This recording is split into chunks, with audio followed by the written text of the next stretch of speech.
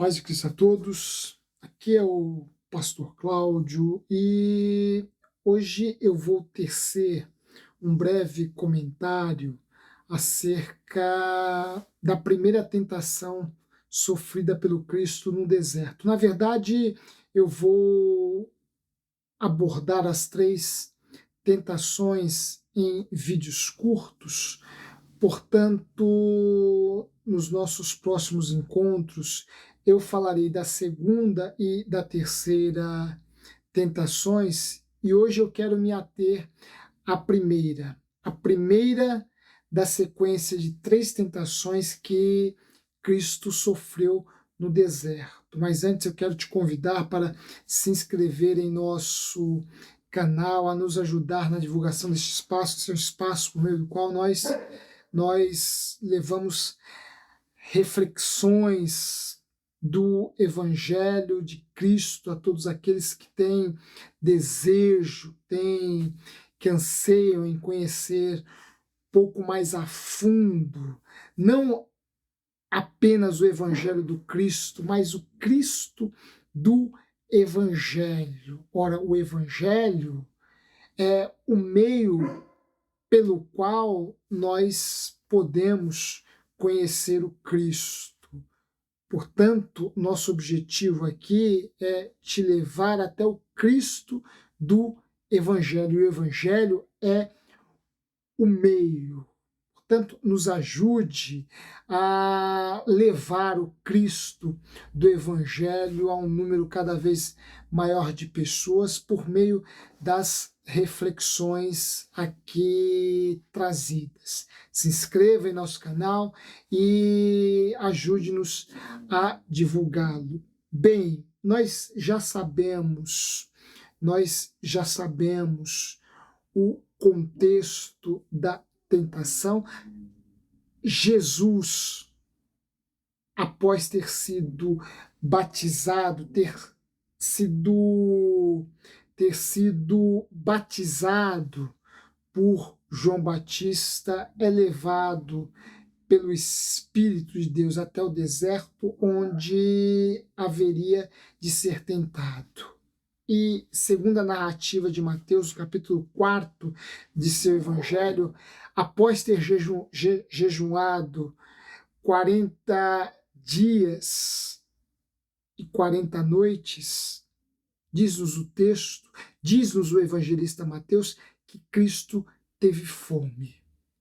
E a primeira tentação sofrida por ele, a primeira tentação que Satanás lhe tentou, que Satanás intentou contra ele, se refere justamente a esta fraqueza física, a esta necessidade física que Cristo experimentou após 40 dias de jejum. Satanás, segundo a narrativa de Mateus, aparece para o Cristo e o persuade, ou tenta persuadi-lo a transformar pedras em pães.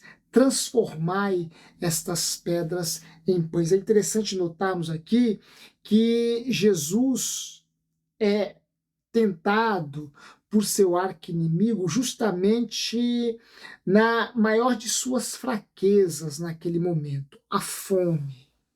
Ora, esse ponto é um ponto extremamente importante, porque o arqui-inimigo de nossas vidas, esta inteligência do mal, intentará desviar-nos do caminho de Deus, justamente explorando as nossas fraquezas. E ele as conhece.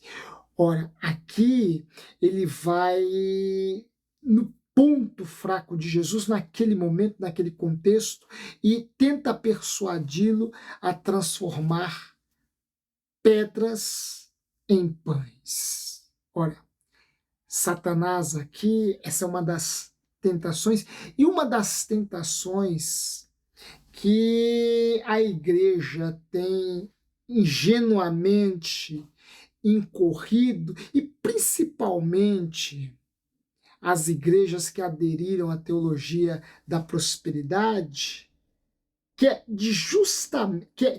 justamente substituir o trabalho que assegura o pão por prodígios que prometem multiplicá-lo sem medidas, multiplicá-lo ilimitadamente. Ora, Satanás diz a Cristo: transformai estas pedras em pães, realizai um prodígio por meio do qual, sem derramar qualquer gota de suor, tu possas saciar a tua fome, tu possas te prover do pão. Ora, empregue os teus prodígios, utilize o teu poder para transformar estas pedras em pães. Vejam, Satanás tenta seduzir o Cristo a usar de seu poder, usar de seus talentos, usar de seus prodígios para satisfazer as suas próprias necessidades.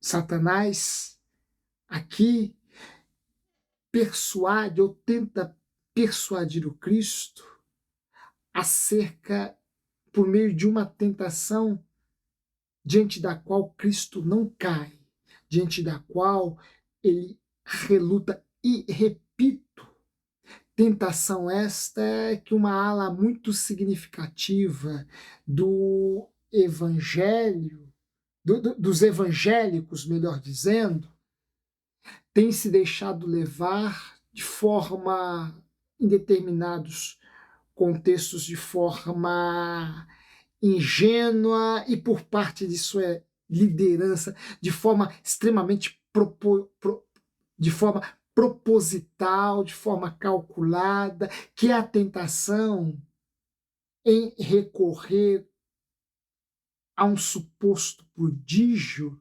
da multiplicação, da riqueza, que não decorre das vias normais para adquiri-la, da forma de prosperar na vida por meio de uma relação apelativa com Deus. Ora, em quantos púlpitos de igreja se ouve por aí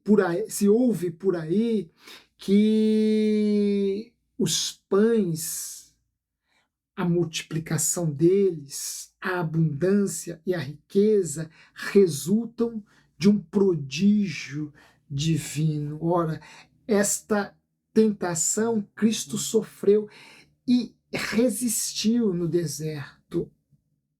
Porém, muitas igrejas têm se entregado a ela e exigido de Deus que realize prodígios como aquele que foi relatado, ou que foi emitido pelos lábios de Satanás, e que Cristo, insisto, resistiu. Resistiu por quê? Porque o nosso Cristo, o Cristo do Evangelho, é um Cristo que se orienta pela empatia, pela compaixão. Ora, é um Cristo que prioriza os anseios do outro, que é sensível às limitações e necessidades do outro, capaz de postergar a satisfação das suas para atender às necessidades do outro. Ora, Jesus aí demonstra que os seus prodígios não eram para uso exclusivo de sua satisfação. Por isso ele não transforma pedras em pães. Ora, mais tarde, ele vai distribuir o pão entre uma multidão faminta, e este pão vai superabundar de tal forma que de poucos pães uma multidão teve a sua fome saciada e ainda cestos sobraram. Mas aqui Jesus não cede à tentação de Satanás a ponto de priorizar suas próprias necessidades, e ele sentia fome, mas não prioriza as suas próprias necessidades, recorrendo aos seus prodígios para a satisfação própria, para a satisfação pessoal, para a satisfação sua. Ao contrário, ele reluta e reluta, afirmando a Satanás que existe um outro pão, que é um pão que assegura a vida eterna. Ele, Jesus, vai dizer a Satanás: nem só de pão viverá o homem, mas de toda palavra que sai da boca de Deus. Ora, aqui ele se refere a um outro pão, o pão da vida, o pão do evangelho, o pão que ele encarnou em palavras, gestos e ações. Ora, Jesus aqui afirma a Satanás que o homem não possui apenas necessidades físicas, necessidades orgânicas, ele possui necessidades emocionais, necessidades espirituais, necessidades de outras ordens, de tal forma que a fome do corpo é apenas um aspecto de suas necessidades. Há outras, e há outras que o pão físico não é capaz de suprir. A abundância de víveres não é capaz de saciar. Apenas a palavra de Deus. E é isso que Jesus deixa claro, que nem só de pão viverá o homem, mas de toda a palavra que sai da boca de Deus. Ora, Jesus aqui resiste à tentação de abandonar seu projeto salvífico, de abandonar sua obra redentora. E essa ideia de redenção pressupõe a libertação de um outro que é escravizado, que está numa condição de angústia, numa condição de desgraça, numa condição de miséria. Jesus aqui abre mão de suas próprias satisfações, de suas próprias necessidades, para continuar caminhando rumo à concretização da finalidade para a qual ele foi designado, enviado, mandado a este mundo, que é a salvação do outro, que é a salvação do pecador. Ora, com o pecador em sua alma, com o pecador, e esta era a grande fome do Cristo, que fazia-o postergar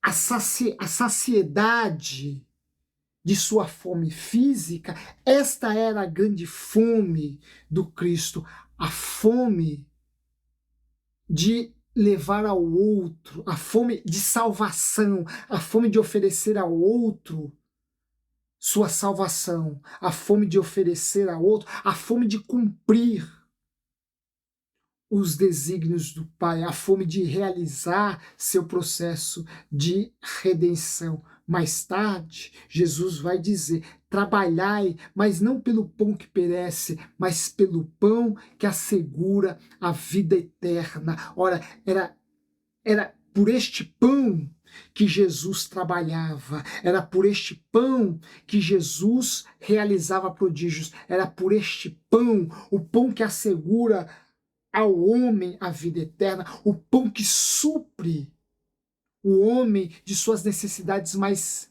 profundas, de suas necessidades de sua necessidade pelo absoluto. Ora, é Era por este pão que Jesus trabalhava diuturnamente, e é este pão que Jesus coloca na ponta de cima do nosso cardápio existencial, o pão que nos assegura a vida eterna. O outro, aquele pão que Satanás intenta, busca persuadir o Cristo para que dele, para tirá-lo de pedras, aquele pão que Satanás tenta persuadir o Cristo para transformado a partir de pedras, aquele pão faz parte do nosso cardápio, mas não é o pão por excelência. O pão por excelência é aquele que satisfaz a nossa alma, aquele que torna a nossa alma plena. E com a alma satisfeita, com a alma plena, com a alma cheia de Deus, sentimos inspiração até mesmo para o trabalho, por mais duro, árduo e por mais hostil que ele possa parecer.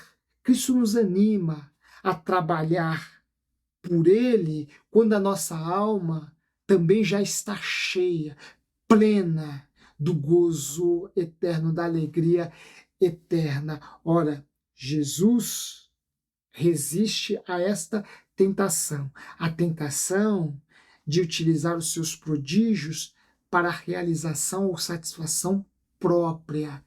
Jesus nos ensina aqui que os nossos prodígios, os nossos talentos têm como finalidade primeira a satisfação do outro, saciar a fome do outro, alegrar, encher a alma do outro. É esta a grande lição que Cristo nos apresenta ao resistir à primeira tentação que Satanás